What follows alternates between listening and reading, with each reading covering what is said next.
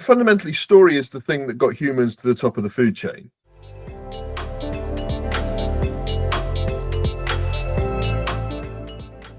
Hello, I'm Neil Perkin, the host of Think with Google Firestarters, and Firestarters is a series of conversations with the interested and also the interesting of the advertising, marketing and innovation communities. And today on the podcast, we are looking into the science of storytelling, why we need it, and also how to get better at it. And joining me to talk about this fascinating topic, we have Kevin Chesters, who's the author of the Creative Nudge, great little book, a strategic consultant, trainer, and former strategy head at Ogilvy, Wieden Kennedy, Saatchi & Saatchi, and Dentsu, amongst others. So, Kevin, welcome to Firestarters. So, can I just begin, please, by asking you what your provocation is for the Firestarters audience? Yeah, thanks for having me, Neil. Yeah, it's that every email, every presentation, every document, in fact, everything you ever write is an opportunity to tell your story. So it's a really good idea to get better at doing it. Yeah, brilliant. Okay, so let's dive into that a bit more. So tell me a bit more about why you think storytelling is so important. Why does it matter? I mean, fundamentally, story is the thing that got humans to the top of the food chain. People occasionally think it's opposable thumbs, but as someone much cleverer than me said, you know, opposable thumbs taught us to hold on, but story told us what we were holding on for. I think the thing with story is that people hear the word, and because it's occasionally connected to like childhood, or in English, sort of stories also connected to lying, the term, you know, telling a good story. People automatically go, I think in our industry, when you say story, they immediately go to creative, or even worse, adverts, right? Without realizing that a story is just a way of getting someone from point A to point B, and that can be any form of behavior change. So whatever we're trying to do, I think, in life, I mean, we're always trying to get somebody to do something or not do something, or do more of something or do less of something. So you're trying to get someone to change a behavior, and story has been proven to be easily the most effective way of doing that. And why do you think that is, that story is so powerful? Well, we're wired for story. In fact, there's a fantastic book by Lisa Crone, which is called Wired for Story, which shows that as creatures, we are story engines, givers and receivers. So the way that our brains work, you know, in simplicity, cognitive ease, etc. According to Jennifer Acker's wonderful work at Stanford, you know, we are 22 times more likely to remember something if we're told it as part of a story. So, you know, whether it's innovation or sales or strategy, whatever we're trying to do, if we can put it into a story, it's really effective. And it's because as humans, our brains are wired for that method of giving and receiving of information. So I guess that relates really to the power of emotional connection. Yeah, I mean, I think as that sort of strategic guru Calvin Harris once said, you know, don't be afraid to catch feels, right? I mean, Right. this is kind of what it's about. You know, if you can get somebody to feel something, as we know, they're more likely to do something. I mean, emotion leads to action, reason leads to conclusions. So if you want someone to do something, you have to feel something. And there's a lot of science within story and how humans receive stories that shows and proves that that if you can get someone to feel something, and you know, we can go a bit deeper into it. I mean, I think a lot of times when we talk about stories, you know, that we've read or things that we've watched, you know, we say things like, it made the hairs on my arm stand up, it put a shiver down my spine, I got a feeling in the pit of my stomach. And this physiological arousal that story gets within us is what gives us what very clever people call grounded cognition. So it's a real feeling we get. It's not manufactured. So if through what we say, and you see this tactic in a lot of TED talks, what if I told you? It sort of starts off in the first 30 seconds giving you peril, and then, oh my God, what would happen if, and then you show the sort of, you sort of tack. Nancy Duarte talks about this as like a yacht. Story is like a yacht. You tack in the wind from peril to joy, peril to joy, peril to joy, and then arrive at the bliss state. So that's what you're really trying to do in a board presentation. You're basically trying to say to people, we're here right now. Oh my God, we could be here. Terrible. But what would happen if we went? And so I think that's the thing that's really happening within story. And story is one of those words like creativity that really needs a good PR agent, if I'm honest, right? People hear the word story and they go to one place, and it isn't really what that word means. What you're really talking about, as I said, is just getting somebody to do something. And probably the biggest problem that has occurred with story recently has been people have been writing articles about sort of the rise of technology, the rise of platforms like Meta, TikTok, etc., and going, well, we don't need story. And they sort of equate story with sort of rabbiting and flab. Do you know what I mean? In terms of where it's actually, as in it's too fluffy. Yeah, the best stories are really efficient. So I remember asking the film director, we'll come on to this later, but one of the things I did around the sort of science of story and my own investigations into it, I was asking the film director, Jim Watkins, who directed a lot of the Black Mirror episodes, and he's just done that fantastic film with James McAvoy, Speak No Evil. And, I asked him what was the key to good storytelling, and he said it was efficiency. What you have to do is, he said, if you go back and you read famous storytellers like Agatha Christie and various things, you said, when you get to the end of one of their stories, if you go back and read it again, you'll see that every word, every sentence, every action led you to the end point. You just didn't realize it at the time. And what you do in good story, like good strategy, is it's about sacrifice. It's about taking stuff away so the important stuff has space to breathe.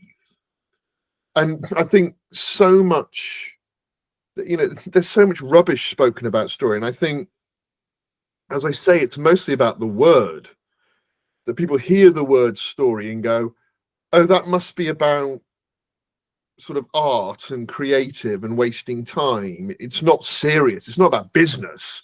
That can't be story. And as long as you just understand what a story is, first off, its importance for humans and how the brain works. And then once you get past that, you get into, well, how does it work in business and message delivery, and sort of how the brain takes in information, distills it, and applies it. We can get into it, Neil, about the humanity part of it. Just the evolution part of it is fascinating. All story really was historically was safe rehearsal. Somebody went off and experienced something, came back and told the rest of the tribe, right? Something, so it went off and it did something and it experienced something. Then it brought that back. It assimilated it in its own mind, brought it back, and then disseminated it to everybody else. And that's all the brain is doing all the time. So, your brain only has one job. It's to keep you alive, right? So fundamentally, its main job, right? It doesn't want you to die, because it's not like Minecraft. You can't respawn. If you die, you've lost the game of life. So your brain's really key on you. So most of story in sort of history and evolution was about that sort of information gathering and safe rehearsal. And then you got into all the other stuff. Closure, pre-science sort of explanation of, why did the sun come up? Why did the big blue wobbly thing that the fish lived in come in and out twice a day? You created all these stories that became the basis of every faith, every religion, every conspiracy theory, and this is what humans do. Well, it's central to culture, isn't it? Really, obviously, if you think about every part of culture, storytelling is part of that, isn't it? Well, 100%, and technology has never really affected that, and still doesn't.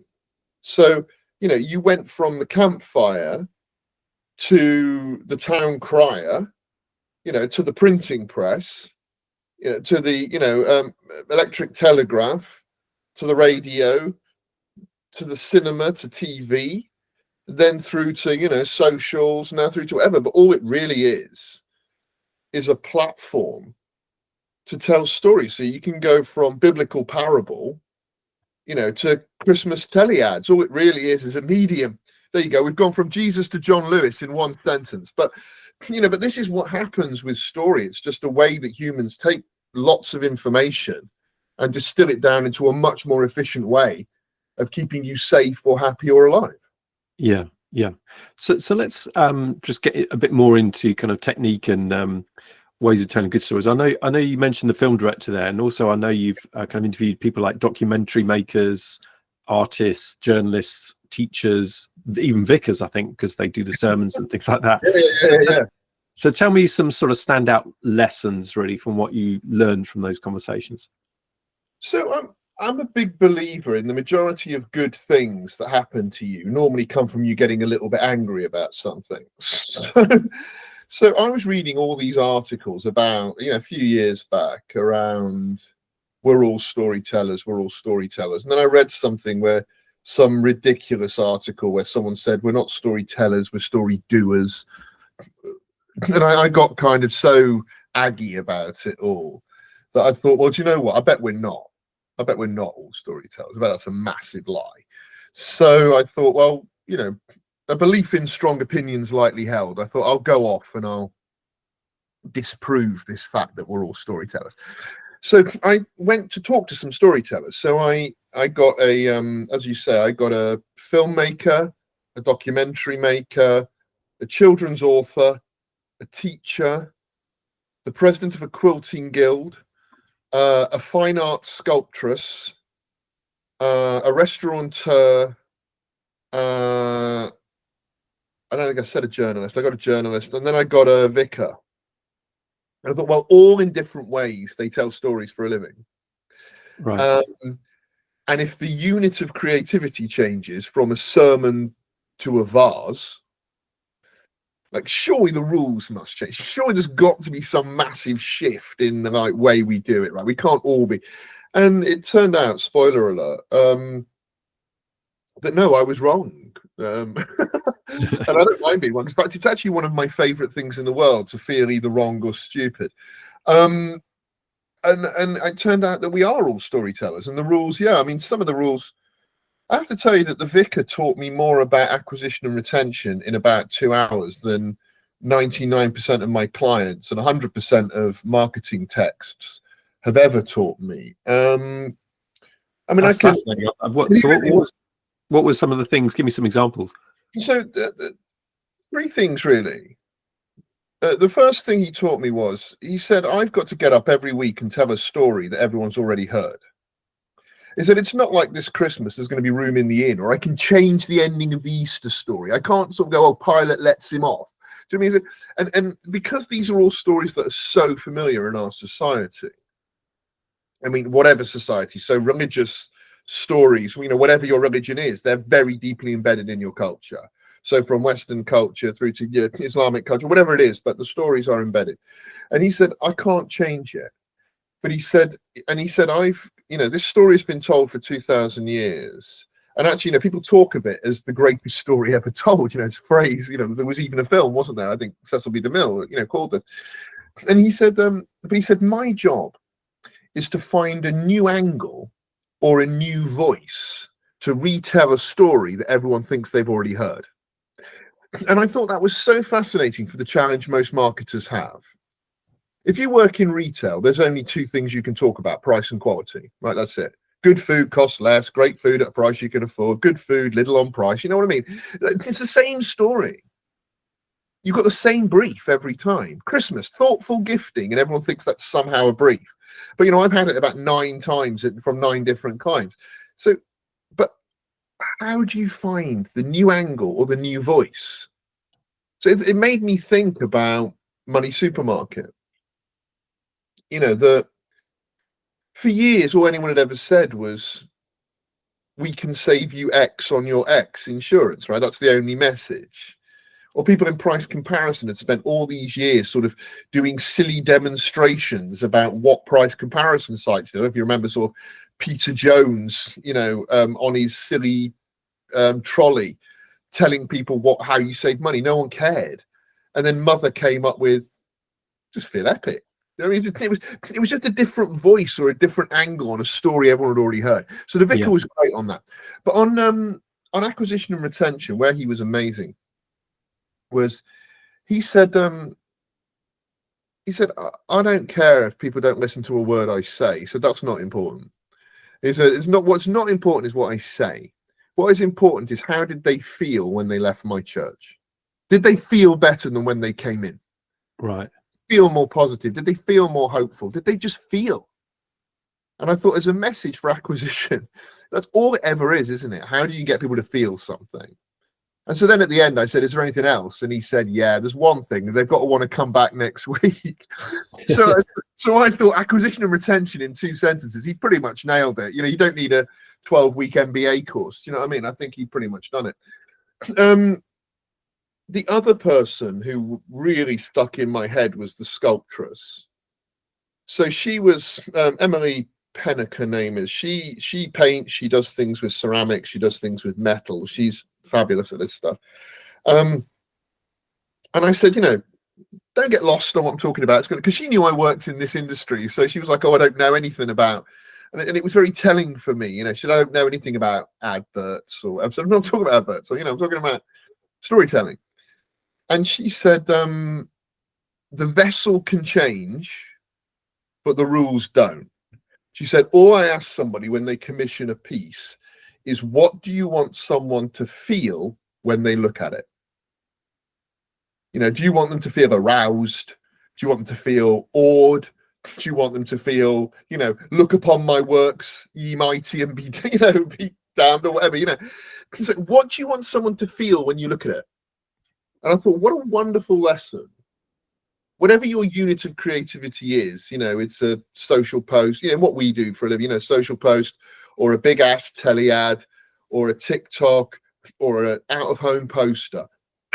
When someone looks at this, or they experience it, what do you want them to feel?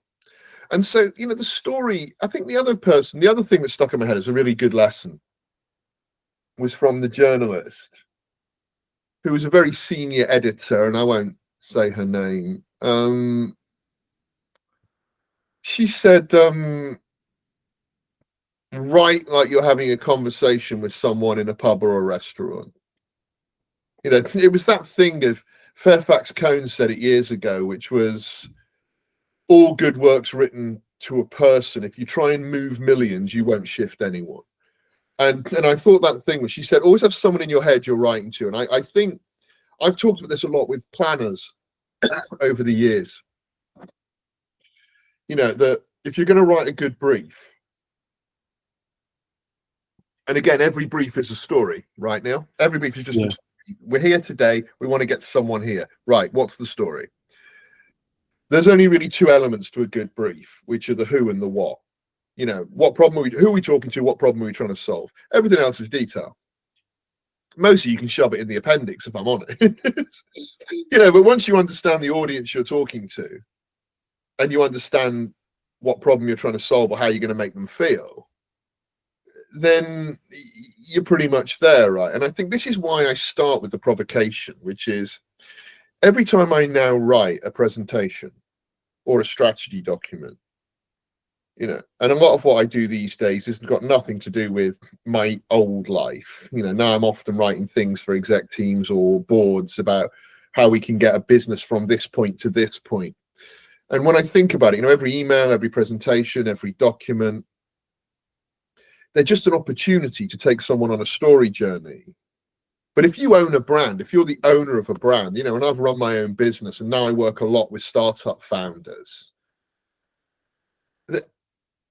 I'm so astonished about how few people really understand their story. Like, what is the story? What is it you're actually talking about? You mean the story of the brand, the business? Yeah, anything. I mean, you know, sometimes you've got to sit there and you've got to explain why someone. I mean, if you work in luxury marketing, it's slightly different because it's you don't ask people to choose between A and B, right? Because with luxury, you can have some A, then some B, then 3 more A's, some more B's, and then a C. You know, it's not the way that marketing normally works because your customers are just too rich. But if you work in any other sector, you're fundamentally normally asking people to choose you over them. And in that sense, you know, the story normally has to be quite clear. You don't have to be unique. That's virtually impossible. You just have to be different, right? You have to be distinct. You won't be unique. You know, there'll always be somebody, but, you know, most categories have got space for 2 or 3 people, right? But what I would suggest being is distinct. And so your story, I think, founders, unsurprising. I mean, I set up a business, you know, and I think the thing is that when I did set up Harbour with Mick, you know, that we obviously thought we were completely unique. You always do, right? You know, and then when you take a step back, I always say, like architecture or astronomy, you know, what gives you perspective is distance, right? So you have to take a step back and you look at what you've written and you look at your business, you look at your brand. And the words of Arsene Wenger came swimming into my head. I'm not an Arsenal fan, by the way. I'm a Stoke fan. But Arsene Wenger said once in a press conference, every man thinks he has the prettiest wife at home. You know, he was talking about another manager who thought his team played better football, right? But it's the thing, you always think the thing that you make and sell is totally unique and different. And so you think that's enough. You know, the IKEA effect in behavioral science, right? We fall in love with the things we make ourselves. And I think often you get to the point of that when you say it, you think it's unique. And then everybody who's heard everyone else's story is sort of going, well, that's not different. So it's really so important to understand, like, just how, even if the category is quite similar, just how you can bring creativity to how you talk about your story, because most people aren't clear. They're really not, you know, that. And storytelling is fundamental to how humans receive information. We like to get it simple, clear, resonant, right, and relevant.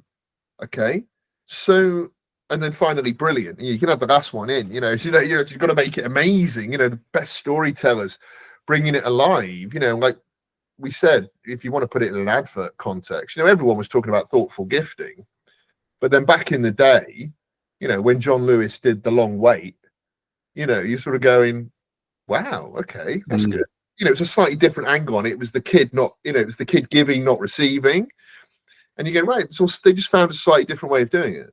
So let me ask you, you mentioned earlier that there was like kind of 4 types of brief, really. Getting people to do something, getting people not to do something, getting people to do more of something or less of something. And that, I suppose, relates not only to advertising, but also to a pitch or presentation. You know, ultimately you're trying to change behavior or convince somebody. So that sort of emotional connection, what would be some techniques or tips that you could give people about how to create that emotional connection to make that more effective? So simplicity is really key, right? I mean, the brain likes simple things: concreteness, effect, cognitive ease. I mean, it likes everything. So first off, be really clear, right? Every great pitch, every great brief, every great ad, every great book is not defined by what you choose to put in it. It's defined by what you choose to leave out of it. And you always think you've got to say everything in everything. There'll be a time to say all that. But what's the one thing, you know, the simplicity is key, first of all. When I asked my friend Lottie, who used to be the editor of Elle, I asked her to tell me her great rules for great writing. And I thought she was going to send me a really long email that I'd then just be able to copy and paste and put a big presentation together on. I was being lazy, really. And she sent me back one word on an email. She just wrote brevity. You know, that's the key, right? I don't think she was joking, but I got it, right? And, you know, so first off, I think simplicity is a really good key. Secondly, I think it's really weird that we don't follow our own rules. So one of the things we always tell people, certainly as planners, is to understand the audience. And I think if you're putting something down, a presentation or a brief or whatever, people don't think enough about who they're talking to in the room. Like, what are their motives? If you know the audience, by this, it makes it way easier.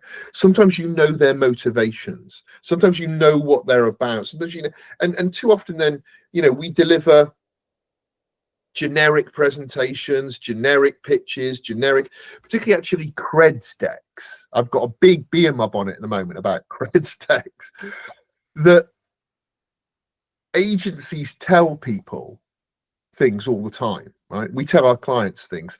Get known for one thing, emotion first, logic second, start with the audience. And then we don't do any of them. Right. We do creds decks full of loads and loads of things. We, you know, load it with loads of logic. We talk about ourselves, not them. You know, and I think so. The rules for good story, simplicity is great. Just get someone to feel something. What do you want them to feel? Okay, that's key. The other thing is relevance. So in charity, they call this the identifiable victim effect. You know, rather than trying to say hundreds of thousands of people are dying, how do you personalize it? How do you make it about one person?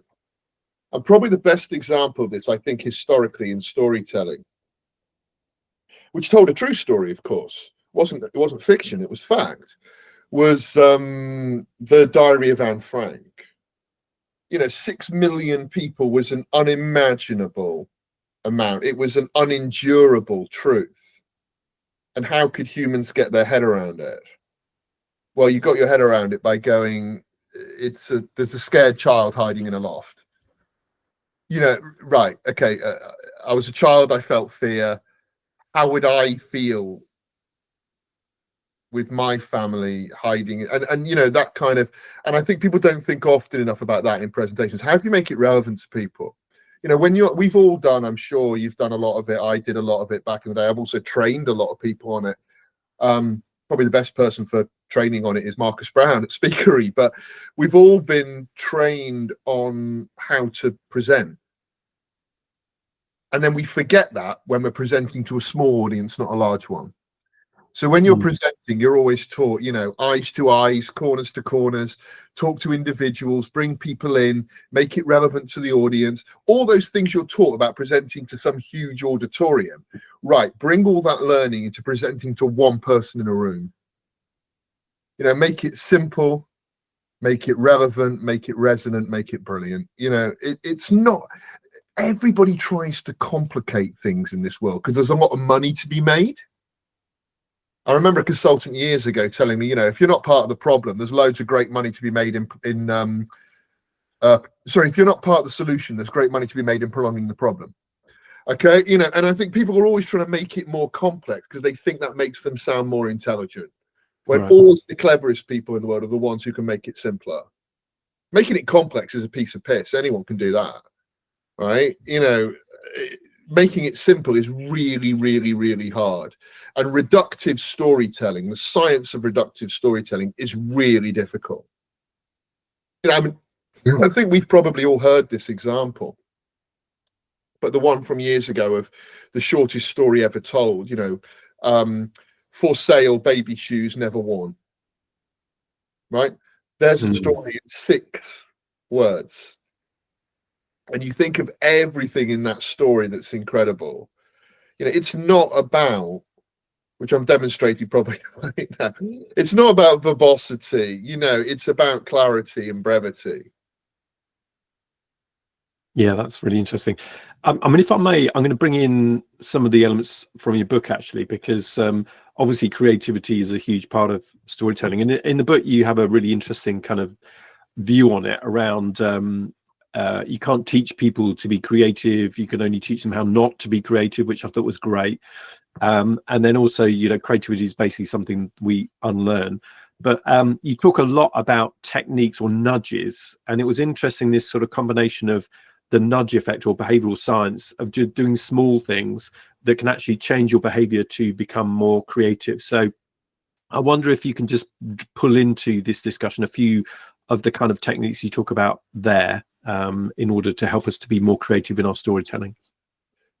Yeah, I mean, I think when Mick and I wrote the book, it was very inspired by the fact that creative is another one of those words, like story, that needs a PR agent.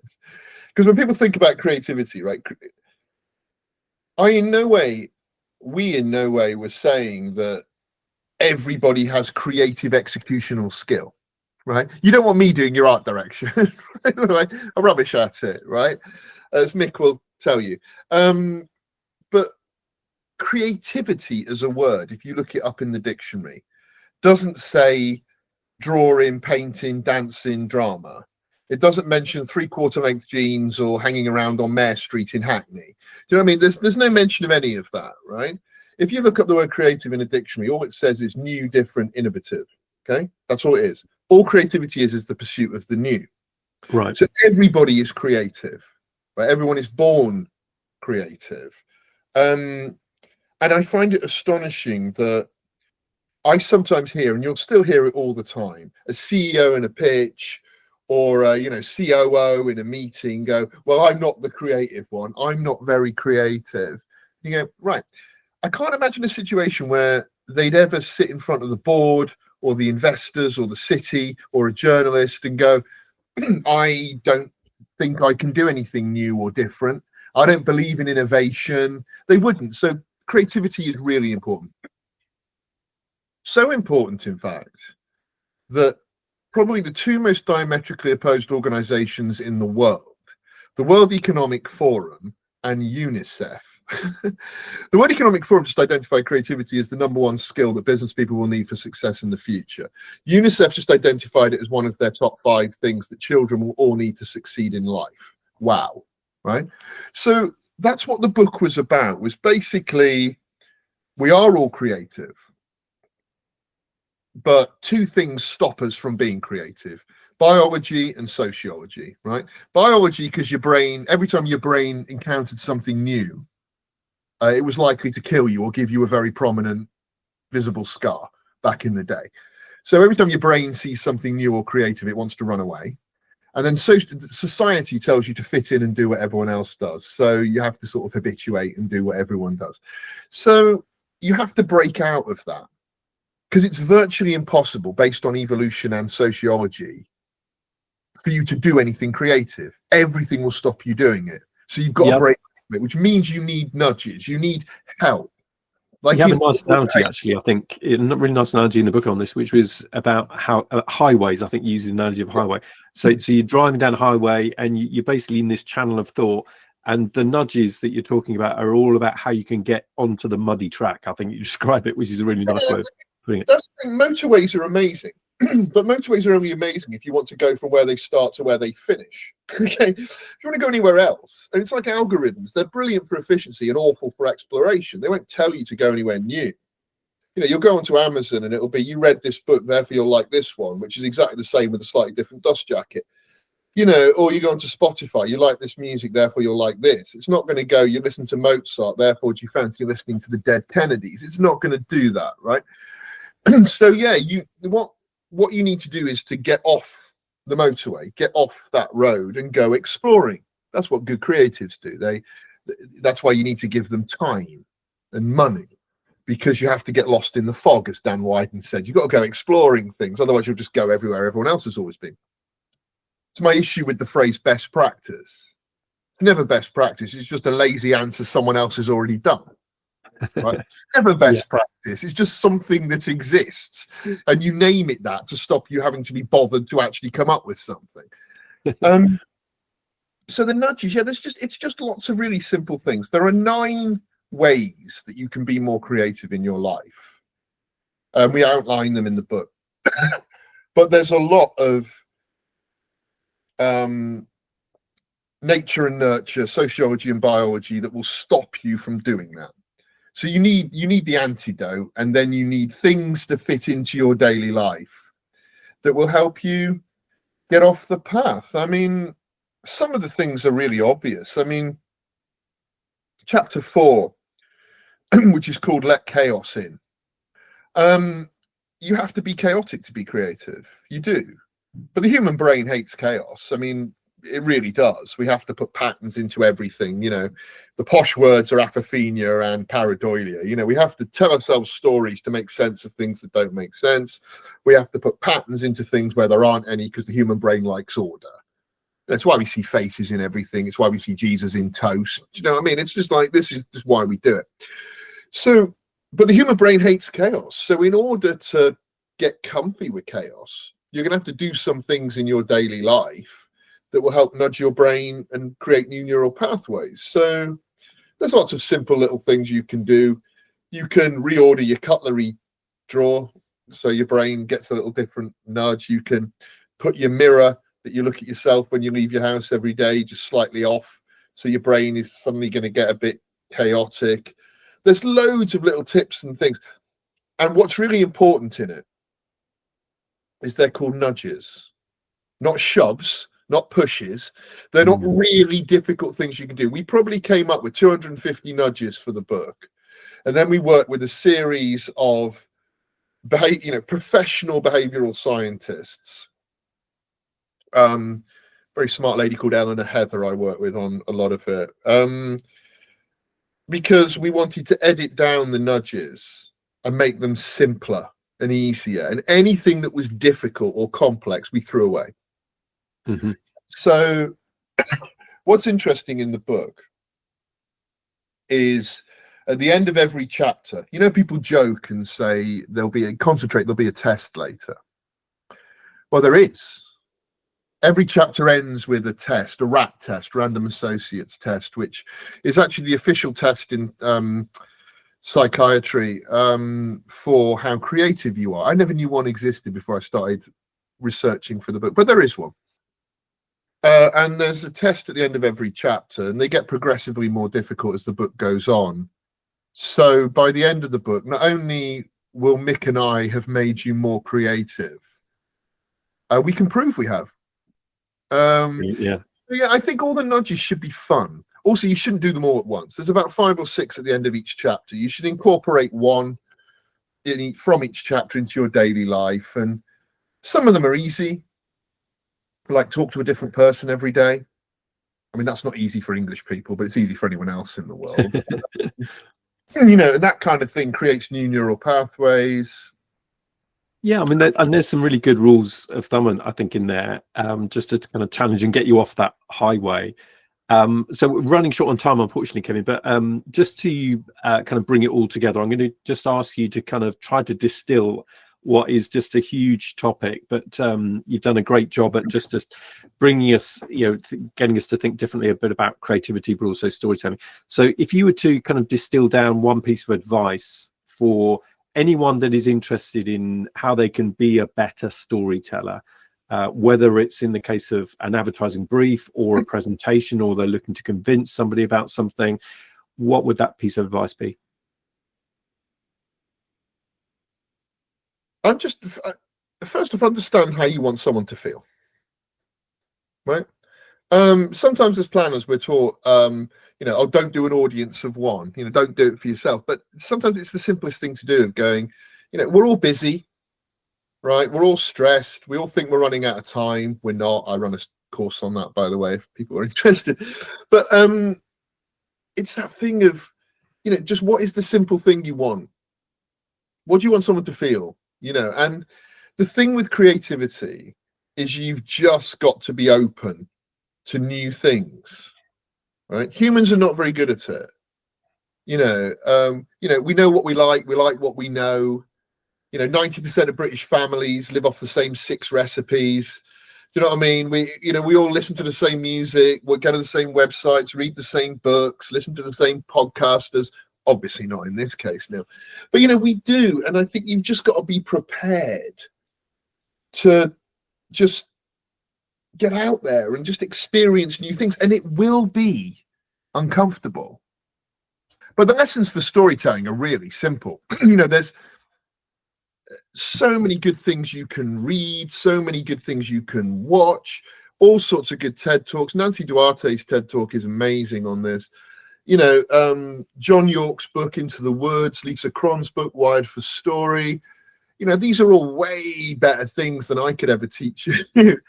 But if I was going to tell somebody one lesson for how to tell stories, how to write better briefs, how to write better documents, just practice. There's no shortcut in life, but there are cheat codes. Right. So there are things you can read, there are cheat codes, right? There are, right? But sometimes it just comes down to, the last nudge in the book, right, is JFDI, right? Just do it. We can try and tell you how to do things. You can go on courses, you can read books, you can listen to people, but just get on with it. We are all storytellers. You are wired for it. You'll be surprised how good you are at it when you just kind of get out there and try. And as I say, there are great people who can teach you how to tell stories better, but you're not gonna learn by sitting in your bedroom. Get out there and do some more of it. And I think in the immortal words of Troy McClure from The Simpsons, get confident, stupid. Just get out and try it. You'll be surprised how much you enjoy it, actually, watching people's faces when you take them from here to there, watching a room when you suddenly see that people get it. Yeah. It's I loved The Vicar. When I got a quote from it, I wrote it down because I knew you were going to ask me about it. He just said, often the only thing people remember about a sermon is not the words, but how the experience as a whole made them feel.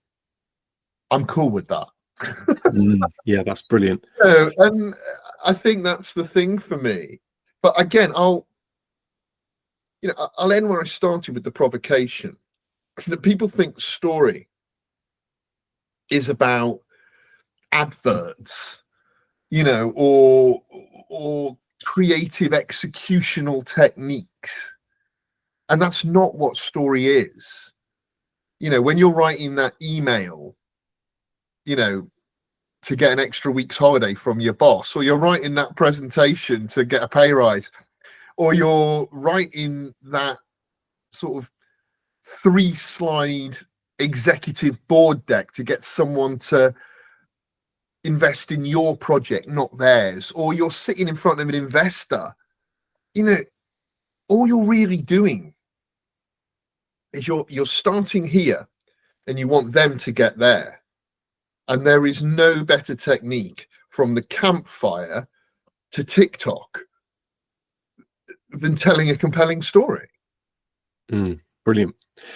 Kevin, that's been absolutely brilliant. That's a great way to kind of close the session, isn't it, I think? So thank you so much for coming on Firestarters. It's been absolutely fascinating. And if you have enjoyed this episode, don't forget to share it, of course. But my thanks again to Kevin Chesters for some brilliant insights there into the science of storytelling. Thank you, Kevin. Thanks for having me. And it probably doesn't surprise you to hear I love talking about this.